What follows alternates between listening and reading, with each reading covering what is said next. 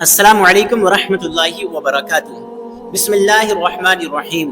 محترم ناظرین حضرات، میزان عمل اور نام اعمال کے دائیں یا بائیں ہاتھ میں دیے جانے کے بارے میں ہمیں خوب غور و فکر کرنا چاہیے، یہ ضروری ہے، کیونکہ حساب کے بعد لوگوں کی تین جماعتیں ہوں گی۔ ایک جماعت وہ ہوگی جس کی کوئی نیکی نہیں ہوگی، تب آگے سے ایک سیاہ گردن نمودار ہوگی جو انہیں اس طرح اچک لے گی جیسے پرندہ دانے اچک لیتا ہے، اور انہیں لپیٹ کر آگ میں ڈال دے گی اور آگ انہیں نگل لے گی۔ پھر پکار کر کہا جائے گا، ان کی بدبختی دوامی ہے اور ان کے لیے کسی بھلائی کی توقع نہیں ہے۔ دوسری جماعت وہ ہوگی جس کی کوئی برائی نہیں ہوگی۔ اس دن ندا آئے گی کہ ہر حال میں اللہ کی حمد کرنے والے کھڑے ہو جائیں، اور وہ کھڑے ہو جائیں گے اور نہایت ہی اطمینان سے جنت میں داخل ہوں گے۔ پھر راتوں کو عبادت کرنے والوں، تجارت اور خرید و فروخت کے باعث ذکر خدا سے نہ رکنے والوں کو اسی طرح جنت میں بھیجا جائے گا اور کہا جائے گا کہ ان کے لیے دوامی سعادت ہے جس کے بعد کوئی دکھ تکلیف نہیں ہے۔ تیسری جماعت وہ ہوگی جن کے نام اعمال میں نیکیاں اور گناہ دونوں درج ہوں گے، لیکن انہیں خبر نہیں ہوگی جب تک اللہ تعالیٰ اپنی رحمت اور اپنے عذاب کا اظہار فرمائے۔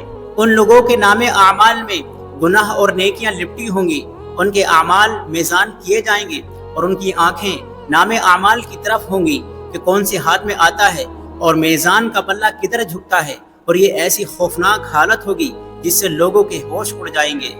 حضرت حسن رضی اللہ تعالیٰ عنہ سے مروی ہے کہ حضور صلی اللہ تعالیٰ علیہ وسلم نے حضرت عائشہ رضی اللہ تعالیٰ عنہ کی گود میں سر رکھا اور آپ کو اونگ آ گئی۔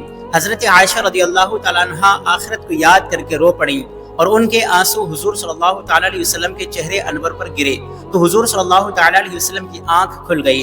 حضور صلی اللہ علیہ وسلم نے فرمایا، عائشہ کیوں روتی ہو؟ عرض کی، حضور آخرت کو یاد کر کے روتی ہوں، کیا لوگ قیامت کے دن اپنے گھر والوں کو یاد کریں گے؟ آپ نے فرمایا، باخدا تین جگہوں میں لوگوں کو اپنے سوا کچھ یاد نہیں ہوگا۔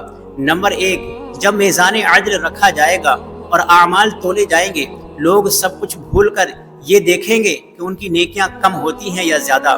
نمبر 2، نام اعمال دیے جانے کے وقت یہ سوچیں گے کہ دائیں ہاتھ میں ملتا ہے یا بائیں ہاتھ میں۔ اور نمبر 3، پل صراط سے گزرتے ہوئے سب کچھ بھول جائیں گے۔ حضرت انس رضی اللہ تعالیٰ عنہ سے مروی ہے کہ قیامت کے دن انسانوں کو میزان کے سامنے کھڑا کیا جائے گا اور ایک فرشتہ مقرر کر دیا جائے گا۔ اگر اس کی نیکیاں بھاری ہو گئیں تو وہ فرشتہ بلند آواز سے کہے گا کہ فلاں نے سعادت ابدی حاصل کر لی ہے اور اسے کبھی بدبختی سے واسطہ نہیں پڑے گا، اور اگر اس کی برائیاں زیادہ ہو گئیں تو فرشتہ بلند آواز سے پکارے گا جس کی آواز تمام مخلوق سنے گی کہ فلاں نے دائمی بدبختی پالی ہے، اس کے لیے کبھی کوئی سعادت نہیں ہوگی۔ تب عذاب کے فرشتے لوہے کے گرزے لیے آگ کے کپڑے پہنے ہوئے آئیں گے اور جہنمیوں کو جہنم میں لے جائیں گے۔ فرمان نبوی صلی اللہ تعالیٰ علیہ وسلم ہے کہ قیامت کے دن اللہ تعالیٰ حضرت آدم علیہ السلام کو بلا کر فرمائے گا کہ اٹھیے اور جہنمیوں کو جہنم میں بھیج دیجئے۔ حضرت آدم علیہ السلام پوچھیں گے کہ کتنوں کو جہنم میں بھیجوں؟ رب فرمائے گا کہ ہر 1000 میں سے 999 کو بھیج دیجئے۔ صحابہ کرام رضی اللہ تعالیٰ عنہم نے جب یہ بات سنی تو وہ نا امید ہو گئے اور ہنسنا مسکرانا چھوڑ دیا۔ حضور صلی اللہ تعالیٰ علیہ وسلم نے جب یہ مشاہدہ فرمایا تو ارشاد کیا کہ عمل کرو اور خاطر جمع رکھو۔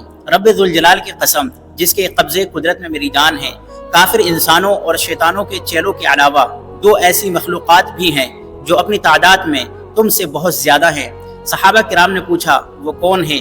آپ نے فرمایا، یاجوج اور ماجوج۔ صحابہ کرام یہ سنتے ہی خوش ہو گئے۔